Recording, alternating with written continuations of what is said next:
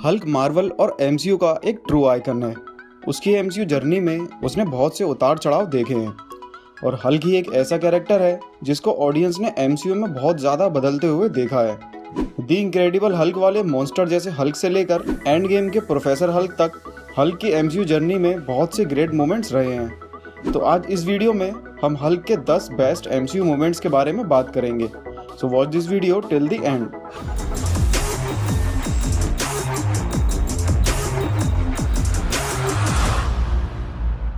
तो गाइज, अगर आप भी हल्क जैसी तगड़ी बॉडी बनाना चाहते हैं तो इसके लिए आप मेरे दोस्त के चैनल को ज़रूर विजिट करें। यहाँ आपको हेल्थ और फिटनेस से रिलेटेड अच्छी नॉलेज मिल जाएगी और इसका लिंक मैंने डिस्क्रिप्शन में दे दिया है।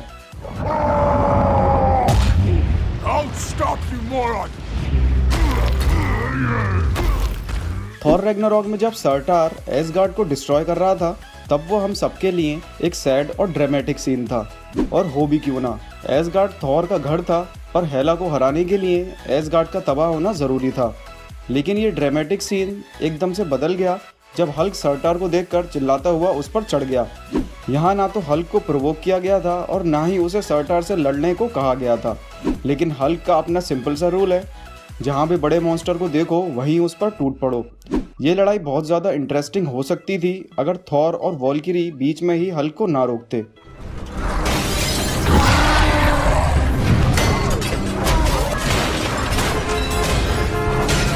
ये पहली बार था जब हमने हल्क को उसके ही साइज के किसी अपोनेंट से लड़ते हुए देखा था। ये मूवी तो इतनी खास नहीं थी, पर एंड में हुए हल्क और एबोमिनेशन के इस फाइट सीन ने इस मूवी में जान ही डाल दी थी। यहाँ एबोमिनेशन यानी कि एमिल ब्लॉन्स्की एक ट्रेंड मिलिट्री फाइटर था, इसीलिए वो हल्क पर हर तरह से भारी पड़ रहा था। यहाँ हल्क अपनी ब्रूट स्ट्रेंथ के साथ साथ थोड़ा सा दिमाग यूज़ करके एबोमिनेशन से जीत पाया और इसी फाइट के बाद हल्क के लिए लोगों का नज़रिया बदल गया। जिस हल्क को पूरी मूवी में मॉन्स्टर की तरह ट्रीट किया जा रहा था वो अब सबका हीरो बन चुका था।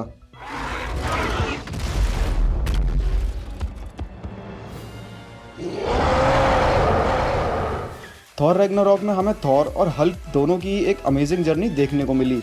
सकार पे पहुंचकर हल्क 2 साल से वापस ब्रूस नहीं बन पाया था, जिसकी वजह से ब्रूस दोबारा हल्क नहीं बनना चाह रहा था। लेकिन जब हेला का पेट फेंरिस वुल्फ, हेमडाल और बाकी एसगार्डियंस का रास्ता रोक लेता है तब ब्रूस को ना चाहते हुए भी फिर से हल्क बनना पड़ता है।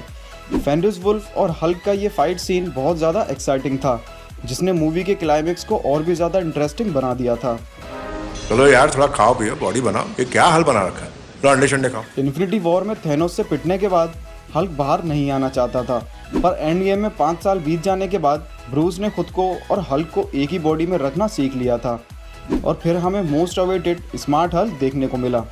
ये सीन सभी फैंस के लिए एक शॉकिंग मोमेंट था, क्योंकि वो हल्क जो सिर्फ तोड़फोड़ और गुस्से के लिए मशहूर था वो अब एक सेलिब्रिटी बन चुका था।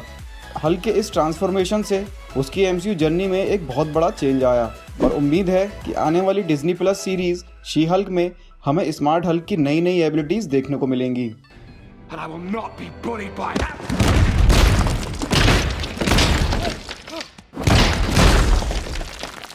अल्ट्रॉन की ही तरह लोकी भी एक ऐसा कैरेक्टर है जो किसी से भी नहीं डरता, यहाँ तक कि वो थॉर और ओडिन से भी नहीं डरता, क्योंकि वो भी एक एसगार्डियन गॉड है और उसे इस बात का बहुत ज़्यादा घमंड है। लेकिन उसका ये घमंड हमें एवेंजर्स 1 में टूटता हुआ दिखा जब उसका सामना हुआ हल्क से। लोकी ने हल्क को जब एक डम क्रिएचर कहा तब हल्क ने उसकी पूरी स्पीच सुने बिना ही उसे तोड़ दिया।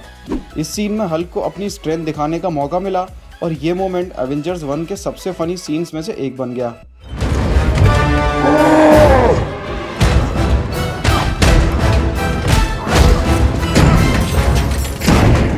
इन्फिनिटी वॉर से पहले तक हैंड टू हैंड फाइट में हल्क को कोई नहीं पीट पाया था, लेकिन जब हल्क का पहली बार सामना हुआ थेनोस से तब हमें वो देखने को मिला जिसकी उम्मीद हम नहीं कर रहे थे।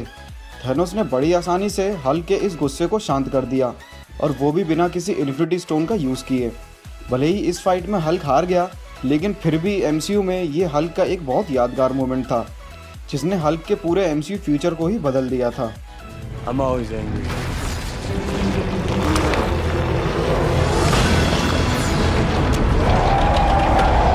एक आइकॉनिक डायलॉग, एक पावरफुल कैरेक्टर और एक ज़बरदस्त पंच ने इस सीन को एमसीयू के बेस्ट सीन्स में से एक बना दिया।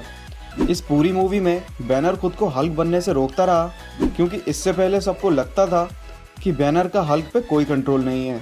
लेकिन इस सीन में उसने सबको अपना ये सीक्रेट बता दिया कि हल्क पे उसका पूरा कंट्रोल है और वो जब चाहे तब हल्क बन सकता है।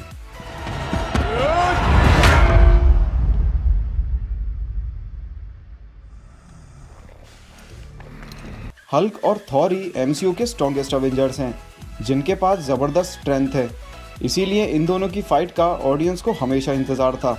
इन दोनों की पहली फाइट हमें देखने को मिली दी अवेंजर्स में, जो ज़्यादा लंबी तो नहीं चल पाई क्योंकि शील्ड ने हल्क को डिस्ट्रैक्ट करके उसे बाहर फेंक दिया।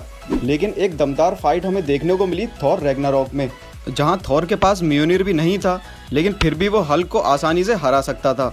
लेकिन ग्रैंड मास्टर ने थॉर को बीच में ही रोक दिया, जिसकी वजह से हम दूसरी बार भी इन दोनों की लड़ाई का असली विनर नहीं देख पाए।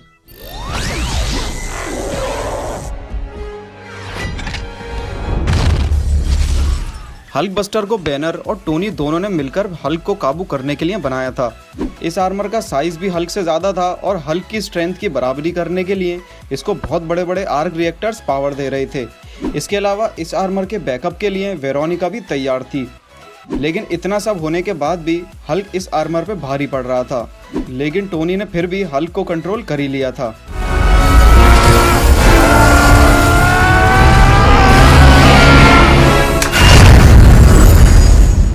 हल्क के सभी एमसीयू मूवमेंट्स में से ये हल्क का सबसे ज़्यादा इंपॉर्टेंट मूवमेंट था, क्योंकि थैनोस के स्नैप से गायब हुए लोगों को वापस लाने के लिए किसी को तो रिवर्स स्नैप करना था।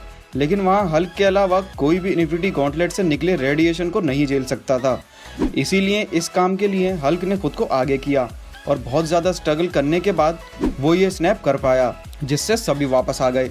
लेकिन ऐसा करने में हल्क बुरी तरह जख्मी हो गया, पर हल्क की जगह अगर कोई और होता तो वो इन्फिनिटी स्टोन्स से निकले रेडिएशन से नहीं बच पाता।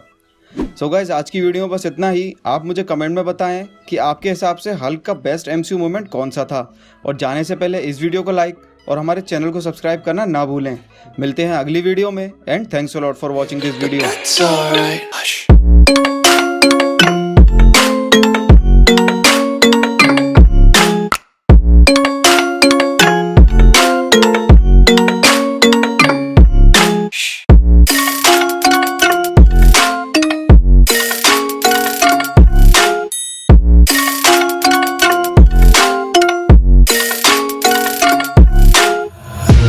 Take my eyes open to force reality.